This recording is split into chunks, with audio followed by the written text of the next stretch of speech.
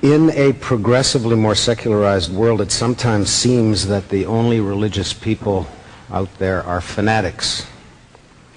And frankly, I'm fed up with them. You look into any over-the-top, cruel, and wanton atrocity in the world today, and chances are you'll find some scripture-spouting nutbar, judging and condemning and punishing and happily killing the innocent while cloaked in the garb of faith. They preach love, but they practice exclusion, and they display a toxic intolerance to different views. I don't know about you, but for me, the very definition of arrogance is someone who presumes to know God's will and to speak in her name. So, our next speaker, Sam Harris, thinks it's time to address the role that religion plays in perpetuating human conflict. Sam? Thank you, Robert.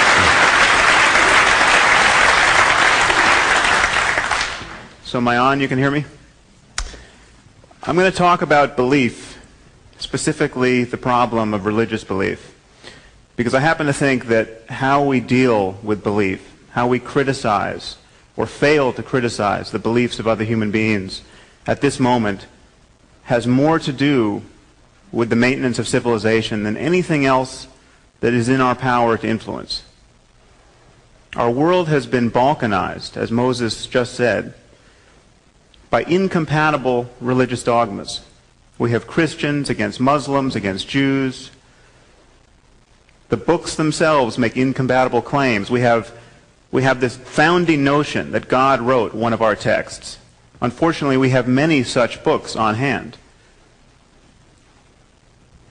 Now, before I launch into my heresy, I want to say up front that I'm going to offend a few people in this room. I know you are very likely a secular bunch. I come from a country to your south that is fast growing as blinkered by religious lunacy as the wilds of Afghanistan. But still, I think some people in this room will be offended by what I say. I want to say up front that my intention really is not to offend anyone. I'm not being deliberately provocative. I'm simply worried. I'm going to worry out loud for the next 20 minutes because I see no reason for us to expect to survive our religious differences indefinitely.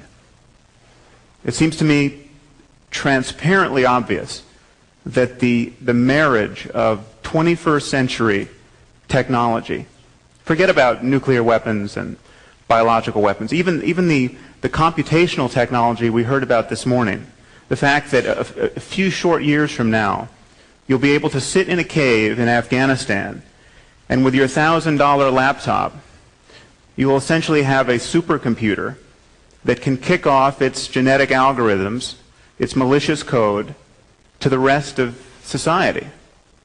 This alone makes this balkanization of our world, the separate moral identities, the fact that we're not identified just merely as being human beings, but we are Muslims and Jews, it makes it untenable. So, briefly, what is a belief? What does it mean to believe something to be true? Well, clearly beliefs are representations of the world. But they're more than that. There's the difference between a belief and a hope, say. I mean, I can hope that I have won the lottery. That is a representation of the world. It's a representation of a possible state of the world. But believing I have won the lottery is the only thing that actually opens the floodgates of emotion and behavior to behavior and emotion that's appropriate to actually having won the lottery. Then you go on that lunatic shopping spree and offend all of your friends. The difference that makes the difference is believing that your thought, your certain propositions held in mind, actually map onto reality. Now, if you think this is an abstraction, just imagine the transformation in your physiology at this moment, in your neurology, in your psychology, if you came to believe that your child had been taken hostage. First you have to have a child. That child has to be in some appropriately war-torn place. But given the requisite conditions, you get a phone call, mere language, a mere sentence spoken into your ear, should you grant it credence, would completely transform your life. All the panic that would precipitate out of that experience would be born of believing a certain representation of the world. So this is why beliefs really are machinery for guiding our behavior and emotion through time. It's not we don't yet understand this at the level of the brain.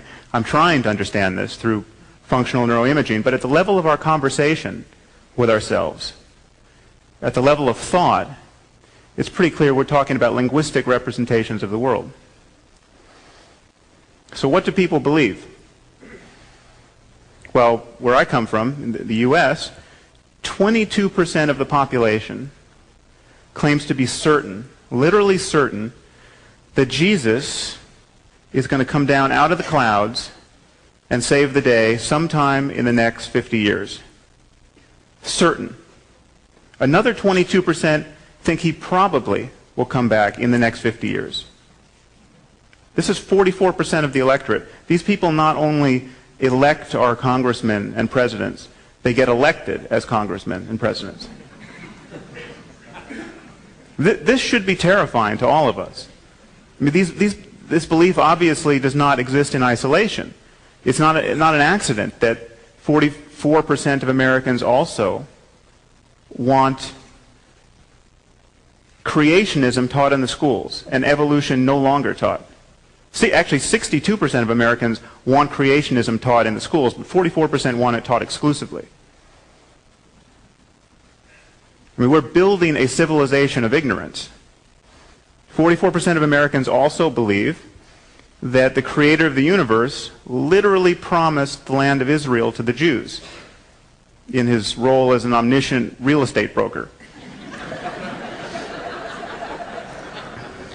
It's clear that this belief has geopolitical consequences. These beliefs don't exist merely on Sundays when we get together to talk about God and the Bible.